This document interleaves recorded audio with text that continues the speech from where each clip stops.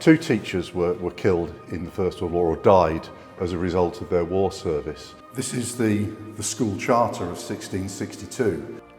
Before I show you some exclusive footage of the war memorial at the Bradford Grammar School, I'm here at the Undercliff Cemetery in Bradford to show you the grave of the Aitchinson's family. Now this plot was actually restored last year by Graham Swain and his team. Now what's interesting about this grave is that it mentions two brothers. Both studied at the Bradford Grammar School, both died in the First World War, but are not actually buried here. They're buried in Belgium and in France.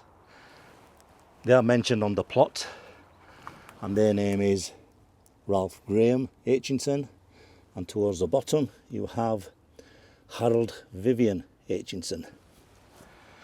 Now, from this little video we did last year, which I'll put in the description of the renovation, it took us to the Bradford Grammar School, where we came across the former head of history teacher, 𝗥𝗘𝗦𝗢𝗥𝗡𝗦, who I believe did over around 200 obituaries of the pupils that studied at the Bradford Grammar School but died in the World War. So that's going to be fascinating, because these two chaps here are actually mentioned on the memorial at the Bradford Grammar School. So bear with us, the video is going to be slightly longer than usual, but it's full of fascinating facts, and the lighting might be slightly dim in the corridors in the school, but I'm sure people who love their military history and local history will enjoy this video.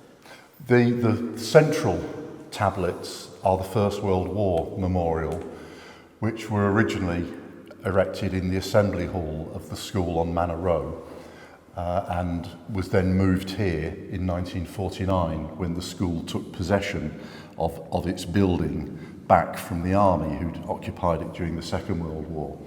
And so they also put these flanking tablets up, which are the Second World War memorial. Yeah. Are these people buried in England, or are they buried in the Western Front or France, places like that? The vast majority of them are Western Front deaths. So they either have a named grave, which I've tried to visit all the graves and leave a cross, or they're missing. So they have no known grave, and their names are on the 𝗕𝗥𝗘𝗦𝗢𝗡𝗙 memorial for the Somme, the Menin Gate for Ypres, and so on. A handful of them died elsewhere. So we got one who was killed in action in Russia in 1919, fighting the Bolsheviks. So his grave is in northern Russia, Archangel. We have a handful who died fighting in Persia, in what is now Iraq, which was then called Mesopotamia, and in Palestine, fighting the Turks. And we have a few who died in training in the UK. And now they're not all of them war deaths. In the case of Jolly, in the middle column, C.N. Jolly, his eyesight was so bad he couldn't serve in the armed forces, but he was determined to do his bit. So he joined the YMCA, the Young Men's Christian Association, which provided recreation and comforts for soldiers at the front. So he served behind the lines in the Western Front. The privations of his service caused him to develop a heart infection and kidney failure, and he died in 1920. So he's buried at home. He lived in Liverpool with his mother, where his brother, I believe, was bishop. And so there's a whole mixture. Several of them are buried in Bradford cemeteries, Undercliff and 𝗟𝗘𝗦𝗧𝗢, if they died of illness, or just because military training was too much for their hearts. Are all the people what have died who went to this school, are they memorialised on this? There are 211 names on the main memorial, and it was all voluntary. The financing of it and the notification of the school was also voluntary. So the school could only record, or the Old Boys Association could only record the names that they were told of. Yeah. When the memorial was practically finished, obviously 4 more parents informed the school that their sons' names had been missed off. So there's another 4, 2 on either flank. That takes us up to 215. And then I've identified about 4 more. Okay. The last one I came across 2 weeks ago. So it's an ongoing ongoing project. I see that 𝗟𝗡𝗦𝗘𝗧 seems to be added on. Is there any reason for that? The original list, which was published, was 205 names. So they had to find room for another 6. So it's possible that he's one of those. And he might be one of those who died quite late as well, because not all of these men died in uniform, as we've seen with Jolly. They died, some of them died of flu or of the impact of their military service after the war. So this memorial was dedicated in September 1922, and men were dying. I think the latest one commemorated is Jolly, who was 1920, as I say. So I don't actually know why Whitehead's name is sort of squeezed in there. Yeah. It was a bit of a work in progress. 𝗥𝗘𝗦𝗢𝗥𝗚. Yes, yeah. We also, of course, don't know whether any damage was incurred when it was moved from the old school to the new. Yeah. Yeah, it seems that there may have been, because the second Sugden down is a bit high up to what it should really be. You know, so they may have, you know, damaged some as it went along. So how long has it taken you to research? I started in 2014, and it's now 2024, Yeah. so I've been doing it 10 years. Yeah. Our last commemoration was in 2020, and unfortunately, my colleague who organised all of the services, because we held a service here for every name on the centenary of his death, and these crosses were all put in on the day of the man's death, 100 years later. Trevor Smith, unfortunately, died of a stroke about 3 years ago. Okay. And have you wrote a book on this? I'm in the process of writing one, yes. So we all can purchase this book when it comes out? All the scholars? Yes, Yeah. yes. And I've tried, rather than just doing the biographies of the dead, I've tried to write about the history of the school during the war. Yeah. So there are just over 1,000 old Bradfordians who served in the armed forces during the war. And that's not counting those who are in war industries, who aren't really recorded. But about 1,080 served in uniform, 215, 220 died. So that's about 1 in 5, which is a fairly standard proportion of deaths for independent schools and grammar schools. Are you aware of any other schools what have got memorials like this? Yes, well, all the public schools and a good few of the state secondary schools had war memorials. Some of them are much more elaborate than this and are complete chapels or other buildings. I mean, if we take, for example, the next nearest secondary school was Bellevue, down Manningham Lane. Yeah. They had wooden boards, which have the names of all their dead painted on, and those boards have gone missing because Bellevue is no longer a secondary school. But luckily, a man called P.D. Lodge made it his business in the 1980s to record all the Bradford War memorials, so we know the names that are on them, and I've actually got photos that he took of the Bellevue War Memorial. So, you know, there was a wave of memorialisation across the United Kingdom in the aftermath of the First World War.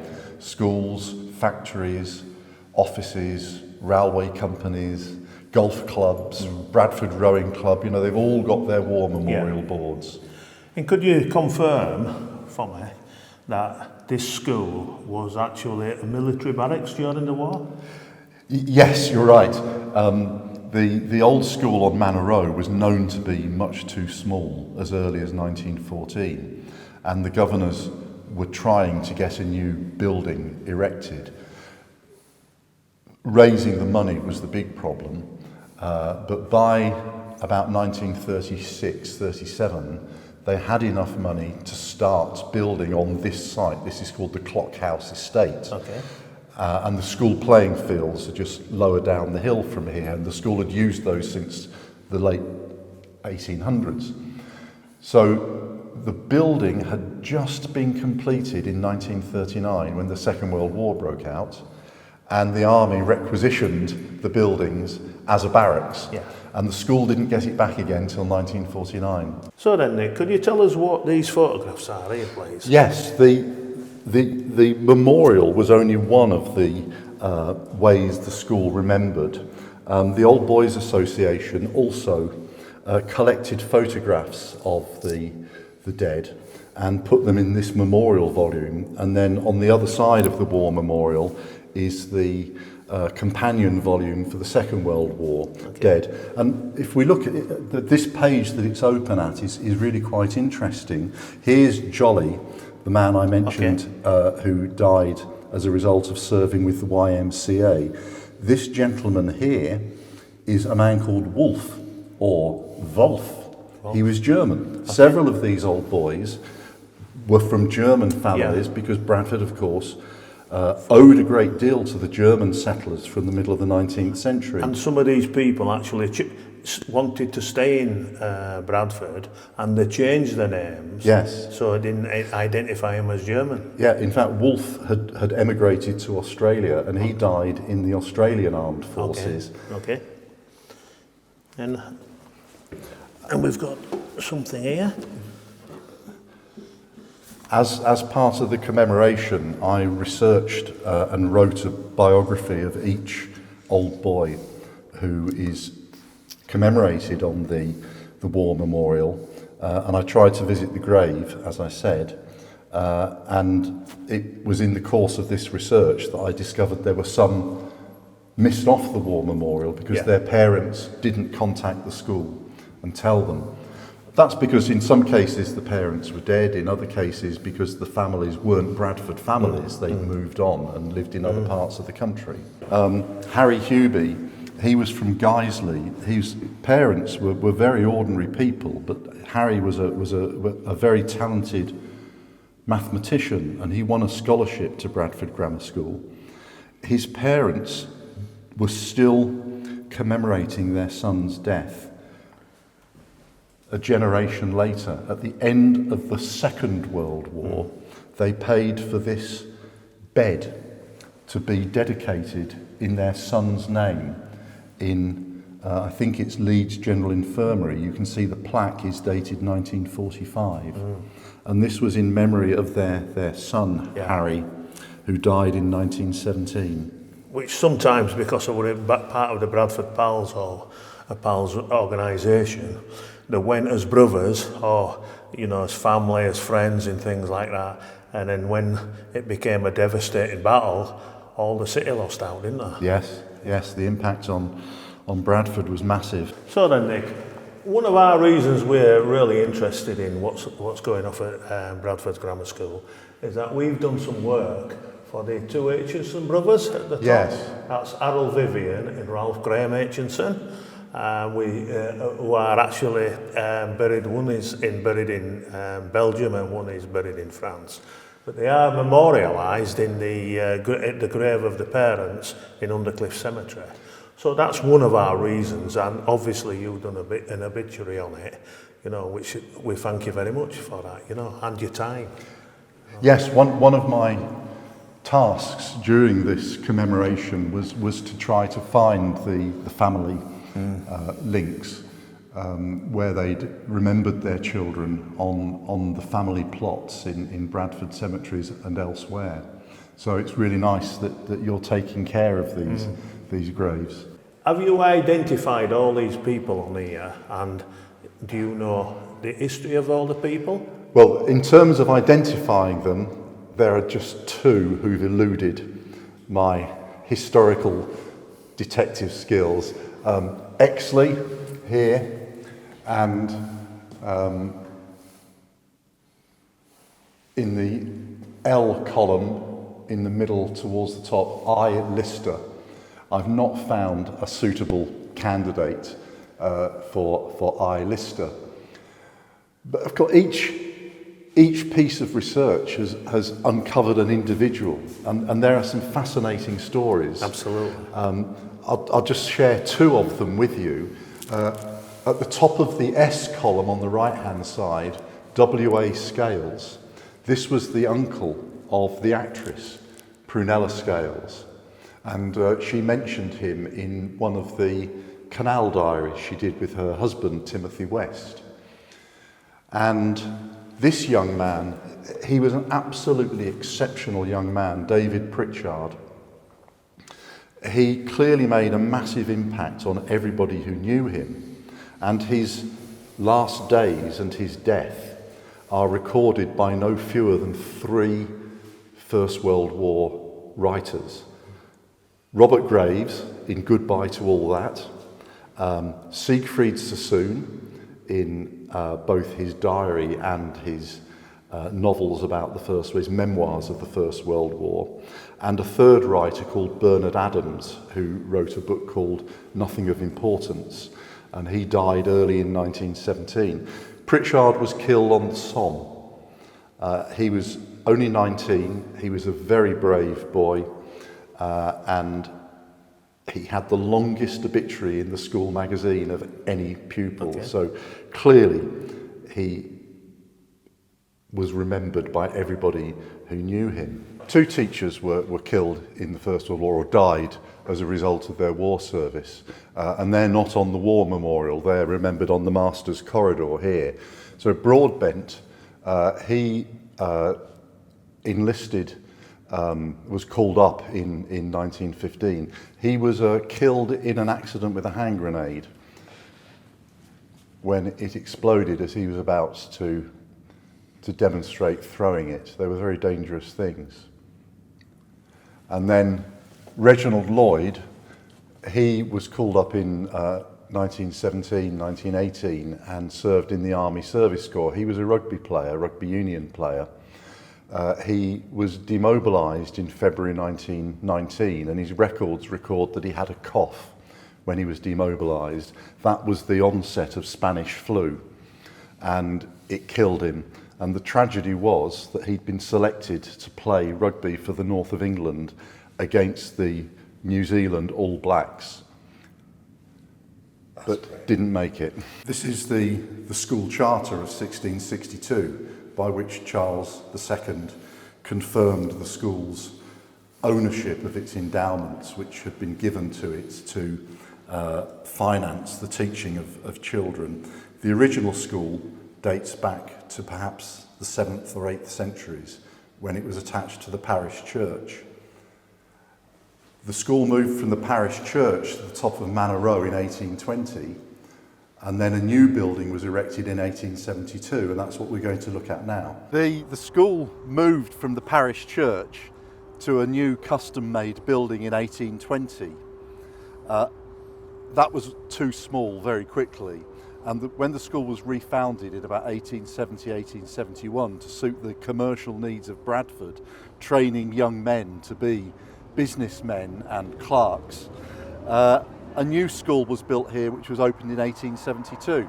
So this was fairly open ground in 1820, okay. So a new street was set out, Grammar School Street, and you have to imagine that Bradford Grammar School occupied the whole of this car park. So the footprint of the school was the size of the car park? The size of the car park, yeah. What's this building down at the bottom? And that's the only surviving part of the 1872 grammar school. Okay. It's the gymnasium, okay, which was built in 1878. Okay. And I believe you've worked on it. I did, absolutely. And what happened to the school? Because there's nothing here. What happened to it? When Bradford Grammar School moved to the new building in 1949, these buildings were handed over to 𝗙𝗘𝗦𝗧𝗏 School, okay, who occupied it for 30 years until the 1980s, okay, when it was burnt down in a fire. And was it burnt down when it was a school, or Yes, did it it was still became a school. Yeah. empty? I think it was in December in the late 1980s, the night before the school concert, and Carlton Bowling had to be moved. Lock, stock and barrel. It had to share other schools initially, Okay. and then got its own custom-built site. Okay. So we went to the memorial in the other school. Whereabouts was the memorial here? Do we know? The assembly hall ran down towards the gymnasium, Okay. and there's a photograph in this history of the school by my former colleague 𝗙𝗥𝗦𝗢𝗏, sadly passed away, showing the memorial set into the wall of the assembly hall. Was any of the stone gathered together and kept anywhere? Now that would be a really interesting question. I don't know. Okay. So Nick, this is the old gymnasium. This is all what's left of the old Bradford Grammar School. This is the only building that still stands. Yes, it was erected in 1878, and the school playing fields were up at Freising Hall. Okay. And this is where the boys played rugby, cricket, hockey, and ran. But the gymnasium was where they did exercises, and a particularly popular form of exercise in the early 20th century was called Swedish drill, which involved lifting weights and doing physical, motions. There is a picture of the assembly hall here, and this is where the war memorial originally stood, in the middle of either the long wall here or on the opposite side.